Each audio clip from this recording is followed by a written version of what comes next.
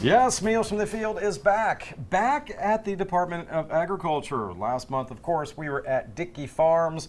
Thank you to everybody again at Dickey Farms for letting us come out there. We got some really positive feedback from that. Our theme today, quick and easy. We all have busy lives. Kids are getting ready to go back to school. We're looking for things to do, around our houses, working from home. So quick and easy. Quick and easy. And that's what we were doing. So yes, welcome to another Meals from the Field. Welcome, Marcia. Thank you, Ray. Good to see you again. And I guess we're starting off with a Georgia staple, chicken. Chicken, and this is a taco chicken casserole. Who doesn't like Mexican food? We love Mexican food. And this is really easy. Normally, I don't like to use a can of stuff in the recipes, but I couldn't resist this. This is a 9 by 13 inch pan, and it's disposable, obviously, because quick and easy. Yeah. All right, this is a 15-ounce can of. Ooh, who knew that was going to make that noise? Of black beans that have been drained, and it doesn't matter what brand. They're all. People will argue with me that they're not all the same, but whatever. I'll be honest. I always get the low sodium black beans. Low sodium. Sometimes they're seasoned or whatever.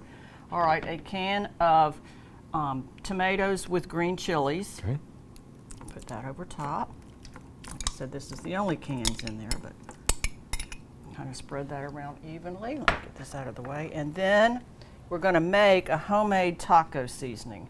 Yes, you could buy the packet if you want, but this is so much better. I was going to argue because that's not quick and easy, but it's not just measuring it out. It's not bad, but it's good to have on hand. You could definitely do this ahead of time. This is chipotle chili powder, cumin, garlic powder, a little bit of cayenne pepper, salt, and that's all that is. See if I can get it in there without making it fly everywhere. All right, that's your homemade taco seasoning. Cool. Like I said, if you can use the already made stuff. All right, this is 1.5 pounds of chicken fingers, which we're going to get in there really quick because I know we're on a time limit today. And the reason I like this is chicken tenders. They cook quick. You don't cook them ahead of time. Mm-hmm. Kids love them. Adults love them. Let's see. Spread those evenly on top of the beans and the tomatoes. Looks pretty good. It does. All right, then you're going to sprinkle half of this homemade taco seasoning on top. Let me get this on top of the chicken. And it looks like it's very spicy, but it's really not. It's just the different colors of everything. Mm-hmm. All right, then you're going to top that with 1 red, 1 yellow bell pepper that have been sliced, 1 onion. And like I said, this part is not the quick and easy part, but you could do this ahead of time or get your kids to do it. Or I think you can buy them already sliced. I'm not sure, but I think you can. I think I've seen them that way. Look at all the commodities in there, too. You got the fruit and vegetable growers loving the veggies. You've got the poultry in there for our chicken producers. All right, then you're going to sprinkle the rest of this taco seasoning on there. Let's see, isn't that quick and easy to put together? That's real easy. Yeah, it's real easy. It's really good. The good thing about this, too, is you're going to probably have some leftovers, and you could have tacos, real tacos the next night. Then you're going to sprinkle with 2 cups of a blend of Mexican cheeses on top of that. Bake covered for 35 minutes, uncover it, and check the temperature of the chicken, and it should be 165. Okay. And you serve that with sour cream, guacamole. I don't know that you would need the salsa, but it was a hit, believe me. Really good. Okay. What's next? We're going to do lemon squares. We're going to talk about the salad at the end in case we run out of time. All right, these lemon squares are great. This is a roll of sugar cookie dough that I've cut and I've pressed in the bottom of a 9-inch pan.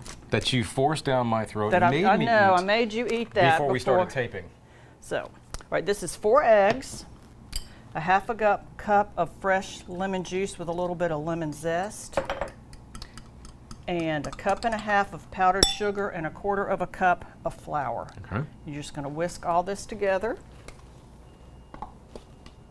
I'll get my little whisker out here. And you're going to pour it on top of this and bake it an additional 30 minutes until it's set up. Then you're going to refrigerate it. Okay, we got that. How are we doing on time, Ray? We're good. We're good. Last thing then is a salad dressing, and that'll make that quick. This is a lime cilantro vinaigrette that you would serve over your favorite salad greens. Okay. It's a half a cup of olive oil, 3 tablespoons of lime juice, honey, cider vinegar, and water. Oh, I thought you were calling me honey. Yeah, I am calling you honey. A little bit of oregano. Sorry, Jim. Sorry. Sorry, Martha, he's yours. And a half a cup of chopped cilantro. That is it. You mix that up and serve it over your salad, and you have yourself Very a nice. Mexican meal with dessert. And there you see the finished product of all those incredible, delicious recipes, which, as we always say, you can make them at home as well, just by logging on to farm-monitor.com. Marcia, so diligent every month getting us those recipes, so you can go in your kitchen and make these too. She is the expert, but you can emulate everything that she does. So. Marcia, so good to see you again. Thank you, Ray. Thank you so much.